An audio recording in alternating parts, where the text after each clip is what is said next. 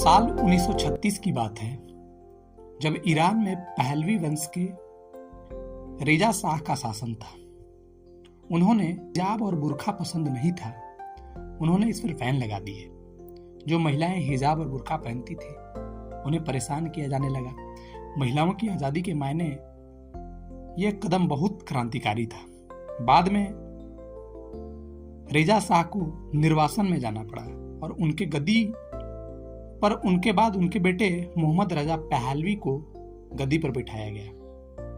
1949 में ईरान में नया संविधान लागू हुआ। 1952 में मोहम्मद मोसादिक प्रधानमंत्री बने, लेकिन 1953 में ही उनका तख्ता पलट हो गया। इसके बाद रेजा पहलवी ही देश के सर्वेसर्वा बन गए।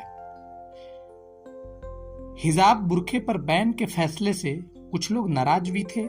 नतीजन ये हुआ कि पुरुषों ने महिलाओं को घर से निकलना बंद करवा दिया। रेजा पहलवी ने इस नियम में थोड़ी छूट दी, लेकिन वो भी पश्चिमी सभ्यता के पक्षधर थे। उस समय रेजा पहलवी का विरोध खूब हुआ और विरोध का अग्रिम भूमिका निभा रहे थे अयतुल्ला रुहुल्लाह खोमेनी। उस समय जब पहलवी का शासन था, मोहम्मद रजा पहलवी का शासन देश निकाला दे दिया गया था। ये बात है 1964 की। जब खोमेनी को देश निकाला दे दिया गया तो वो वहां से फ्रांस चला गया। रेजा पहलवी को जनता अमेरिका के हाथों की कठपुतली बताती थी और इसी का फायदा खोमेनी ने जनता के गुस्से का उबाल किया और आगे चलकर इस्लामिक क्रांति की नींव रखी। वैसे तो ईरान में इस्लामिक क्रांति की शुरुआत 1978 में मानी जाती है, लेकिन इसके बीज 1963 में ही बढ़ गए थे। तब ईरान के शासक रेजा पहलवी ने श्वेत क्रांति का ऐलान किया था। श्वेत क्रांति आर्थिक और सामाजिक सुधार के लिहाज से बड़ा ऐलान था, लेकिन ये ईरान के पश्चिमी देशों के मूल्यों की तरफ ले जा रहा था। जनता इसका विरोध में लगी थी। फिर साल 1973 आता है, जब अंतर्राष्ट्रीय बाजार में कच्चे तेलों के दामों में गिरावट आने लगी। इससे ईरान की अर्थव्यवस्था चरमरा गई। लेकिन रेजा पहलवी श्वेत क्रांति को सफल बनाने के सपने में लगे थे। ईरान के मौलवियों ने इस इस्लाम पर चोट बताया और 1978 के सितंबर तक आते आते तक जनता का गुस्सा फूट पड़ा। रेजा पहलवी के खिलाफ विरोध प्रदर्शन होने लगे। इस प्रदर्शन का नेतृत्व मौलवियों ने संभाला और इसका नेतृत्व फ्रांस में बैठा अयतुल्ला रुहुल्लाह खोमेनी के निर्देश मिल रहे थे। 1964 में जो देश निकाला मिलने के बाद खोमेनी फ्रांस चले गए थे। इसी बीच रेजा पहलवी के खिलाफ गुस्सा बढ़ती ही जा रही थी। लोगों को शांत करने के लिए देश में मार्शल लॉ लगा दिया गया। जनवरी 1979 आते आते तक ईरान में गृहयुद्ध के हालात बन गए। एक ओर लोग खोमेनी के वापसी की मांग कर रहे थे, तो दूसरी ओर सेना उन पर गोलियां चला रही थी। हालात बेकाबू होने के बाद 16 जनवरी 1979 को रेजा पहलवी अपने परिवार के साथ अमेरिका चले गए। अमेरिका जाने से पहले रेजा पहलवी ने विपक्ष के नेता शापूर बख्तियार को अंतरिम प्रधानमंत्री बना दिया। पहलवी के खिलाफ सड़कों पर उतरे लोगों का दृश्य भी बड़ा भयानक था। शापूर बख्तियार ने खोमेनी को ईरान वापस लौटने की इजाजत दे दी, लेकिन एक शर्त भी रखी। ये शर्त थी कि खोमेनी वापस भी आ जाएंगे तो भी प्रधानमंत्री बख्तियार ही रहेंगे।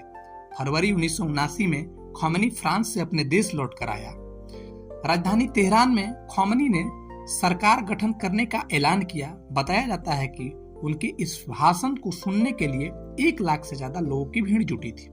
रेजा पहलवी के भागने के बाद भी सरकार के खिलाफ प्रदर्शन रुक नहीं रहे थे।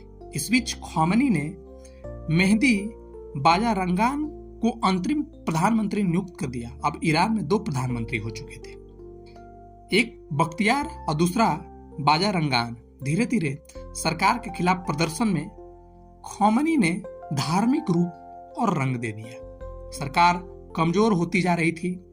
खोमेनी ताकतवर सेना में फूट पड़ चुकी थी। 20 फरवरी को तेहरान में रेजा पहलवी के वफादार इंपीरियल गार्ड्स ने वायुसेना पर हमला कर दिया। प्रदर्शन अब हिंसक हो चले थे। धीरे धीरे सेना भी खोमैनी के समर्थन में झुकती चली गई। ईरान में उतना ही खुलापन था जितनी पश्चिमी देशों में था। महिलाओं को अपनी पसंद के कपड़े पहनने की आजादी थी, वो पुरुषों के साथ घूम सकती थी। लेकिन इस्लामिक क्रांति ने ईरान की पूरी दुनिया ही बदल दिया। इसने खुले ईरान को बंद कर दिया। 1979 के मार्च के आखिर में जनमत संग्रह हुआ। इसमें 98% से ज्यादा लोगों ने ईरान को इस्लामिक रिपब्लिक बनाने के पक्ष में वोट दिया। इसके बाद ईरान का नाम इस्लामिक रिपब्लिक ऑफ ईरान हो गया। खोमैनी के हाथों में सत्ता आते ही नए संविधान पर काम शुरू हो गया। नया संविधान इस्लाम और शरिया के आधार पर था। विपक्ष ने इसका विरोध किया, लेकिन खोमैनी ने साफ कह दिया कि नई सरकार 100% इस्लामिक आधार पर ही संविधान बनाएगी। लाख बावजूद के बाद 1979 के आखिर में नए संविधान को अपना ही लिया गया। नए संविधान के बाद ईरान में शरिया कानून लागू हो गया। कई सारी पाबंदियां लगा दी गई, महिलाओं की आजादी छीन ली गई। अब उन्हें हिजाब बुर्का पहनना जरूरी था। 1995 में वहां एक ऐसा कानून बनाया गया जिसके तहत अफसरों को 60 साल तक की औरत को बिना हिजाब निकलने पर जेल डालने का अधिकार दे दिया गया। इतना ही नहीं, ईरान में हिजाब न पहनने पर 74 कोड़े मारने से लेकर 16 साल तक जेल की सजा का भी प्रावधान हो सकता है। प्रावधान हो गया के बीच एक ऐसी घटना भी हुई जिससे अमेरिका जैसे ताकतवर देश को कमजोर बना दिया। यह हुआ ये था कि लोग रेजा पहलवी की वापसी की मांग कर रहे थे। उनका कहना था कि रेजा पहलवी को ईरान वापस लाया जाए और सजा दी जाए। उस समय के अमेरिकी राष्ट्रपति जिमी कार्टर ने रेजा पहलवी को न्यूयॉर्क आकर कैंसर इलाज कराने की अनुमति दे दी थी। इससे गुस्सा और बढ़ गया। 4 नवंबर 1979 को तेहरान में स्थित अमेरिकी दूतावास के बाहर इस्लामी छात्र जमा हो गए। उन्होंने अमेरिकी दूतावास को घेराबंदी कर ली। खोमैनी ने इस घेराबंदी का समर्थन किया। प्रदर्शन करने वाले अमेरिका ने रेजा पहलवी को वापस भेजने की मांग कर रहे थे, लेकिन अमेरिका ने इसे ठुकरा दिया। दिन गुजरते जा रहे थे। प्रदर्शनकारी दूतावास से बाहर हटने को राजी ही नहीं थे। संयुक्त राष्ट्र ने भी पहल की, लेकिन कोई फायदा नहीं हुआ। दूतावास में उस समय 52 अमेरिकी बंधक थे। इस घेराबंदी में लगभग 1 साल बाद रेजा पहलवी का मिस्र में निधन हो गया और उसे वहीं दफना दिया गया।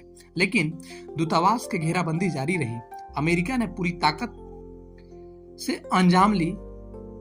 अमेरिका ने ईरान के लोगों को संपत्ति भी जब्त कर लिया, लेकिन कुछ काम नहीं आया। आखिरकार अमेरिका में चुनाव हुए। रोनाल्ड रीगन ने राष्ट्रपति बने। फिर अफ्रीकी देश अल्जीरिया में अमेरिका और ईरान के बीच समझौता हुआ। जब बंधक रिहा हुए तो प्रदर्शनकारियों ने अमेरिकी दूतावास के अधिकारियों को 444 दिन तक बंधक बना रखा। ईरान में अब आयतुल्ला रुहुल्लाह खोमैनी के उत्तराधिकारी अली खोमैनी देश के सर्वे है। ईरान में शरिया कानून लागू है, लेकिन अब विरोध के सुर भी उठने लगे हैं। महसा अमीनी की मौत के बाद एंटी हिजाब मूवमेंट तेजी से आगे बढ़ रही है। महिलाओं की आजादी की मांग कर रही है।